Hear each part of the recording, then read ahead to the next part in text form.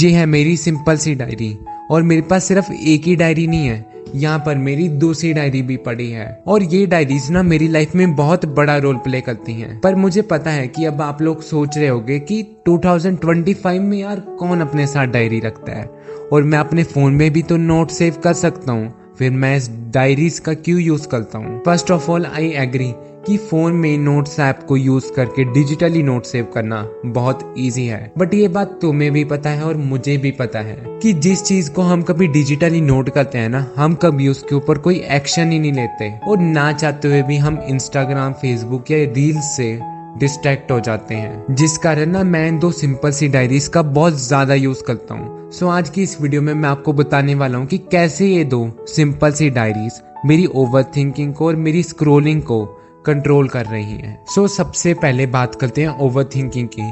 देखो यार, मैं ना बहुत ज्यादा ओवर थिंकिंग करता हूँ और शायद आप भी बहुत ज्यादा ओवर थिंकिंग करते होगे, बट बात यह है कि जब भी मेरे दिमाग में ओवर थिंकिंग होती है ना, तब मेरे ब्रेन में ना बहुत ज्यादा सेल्फ डाउट क्वेश्चंस आते हैं, जैसे कि मैं अपने गोल्स को अचीव कर भी पाऊंगा या नहीं, क्या ये मेरा यूट्यूब चैनल चलेगा भी या नहीं, और क्या मैं अपनी लाइफ में सक्सेसफुल होऊंगा भी या नहीं। और इन्हीं सेल्फ डाउट क्वेश्चंस के कारण ना मैं अपनी लाइफ में कोई एक्शन ही नहीं लेता था and I am pretty sure कि आपके साथ भी ऐसा होता होगा।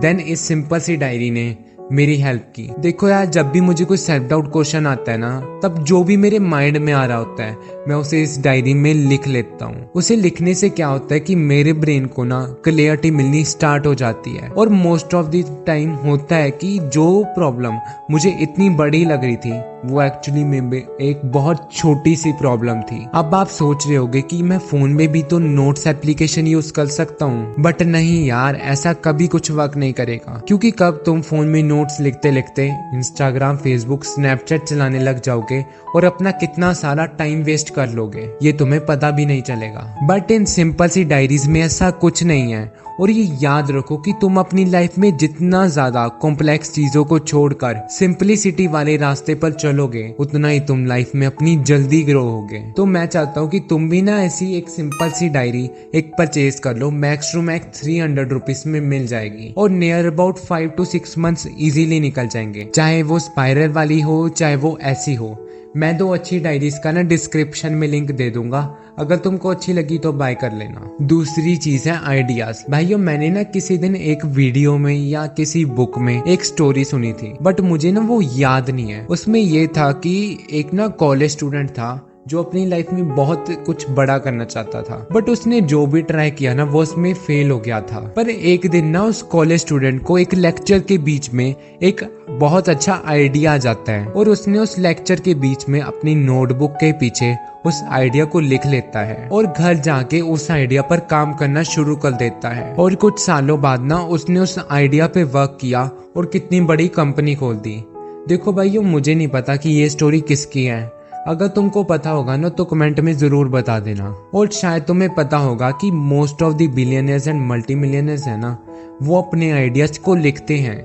इवन अगर आज लोगों को आइडियाज लिखने की आदत ना होती ना, तो आज शायद वर्जिन ग्रुप एग्जिस्ट ही नहीं कर रहा होता। सो अगर बाकी लोगों को $1 बिलियन आइडिया आ सकते हैं, सो तुम्हें भी तो एक ना एक दिन $1 बिलियन आइडिया आ सकता है ना। तो तुम भी ना अपने आइडियाज को लिखना शुरू कर दो, क्या पता किस दिन कोई $1 बिलियन आइडिया आ जाए। और इवन मुझे भी ना इस यूट्यूब चैनल को स्टार्ट करने से पहले कंटेंट आइडियाज आने शुरू हो गए थे। तो अगर तुम घर पर हो तो अपनी डायरी में अपने आइडियाज लिखो, बट अगर तुम कहीं बाहर जा रहे हो तो कोशिश करो कि अपने साथ एक पॉकेट डायरी कैरी करो। अगर नहीं कहीं बाहर हो और आइडिया आ जाता है तो उसे अपने फोन में नोट्स में सेव कर लो, बट याद रखना कि उसे आकर ना अपनी डायरी में जरूर लिख लेना, नहीं तो तुम उसको भूल जाओगे। सो तीसरी चीज है क्वेश्चन। मैं ना रोज रात को सोने से पहले अपने आप को 3 क्वेश्चन पूछता हूँ और उनके आंसर अपनी डायरी में लिखता हूँ।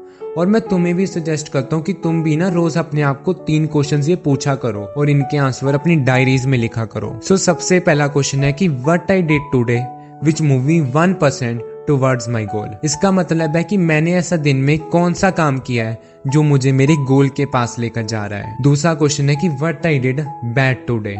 तीसरा क्वेश्चन है कि व्हाट आई कैन इम्प्रूव। इनको पूछने से तुम्हें पता लगेगा कि तुम अपनी लाइफ में क्या कर रहे हो, तुम क्या गलतियां कर रहे हो और तुम्हें क्या इम्प्रूव करने की जरूरत है। तो ये 3 क्वेश्चंस ना अपने आप को रोज जरूर पूछा करो और इनके आंसर अपनी डायरी में लिखा करो। ये तुम्हें इम्प्रूव करने में बहुत ज्यादा मदद करेंगे। बस ये याद रखना कि डिजिटली नोट्स मत बनाना। तो चौथी चीज है to do list. To do list ना मैं अपनी डायरी में रोज लिखता हूँ और मुझे लग रहा है कि अब तुम्हारा क्वेश्चन होगा कि टू डू लिस्ट हमारी ओवर थिंकिंग को कैसे कंट्रोल करेगी। देखो यार, टू डू लिस्ट एक वो चीज है जिसमें हम लिखते हैं कि हमें कौन से टास्क अगले दिन करने हैं। सो अगर तुम अपने नेक्स्ट डे के इम्पोर्टेंट टास्क पहले से डिसाइड कर लेते हो ना, उससे तुम अपने हर काम को इजीली कंप्लीट कर पाओगे बिना टाइम वेस्ट किए। बट अगर किसी दिन तुम बिना टू डू लिस्ट के काम करने बैठोगे ना, उस दिन तुम 10 अलग अलग टास्क को टाइम देने लग जाओगे, जिस कारण तुम किसी भी एक टास्क को अच्छी तरह से कंप्लीट नहीं कर पाओगे। सो अब तुम समझ गए होगे कि टू डू लिस्ट क्यों जरूरी है।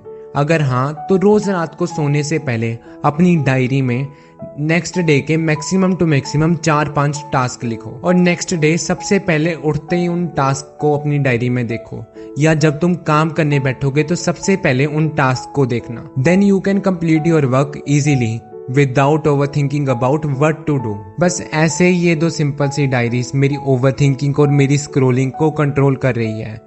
Thanks for watching guys. मेरा नाम है मानिक। मैं आपको मिलता हूँ अपनी नेक्स्ट वीडियो में।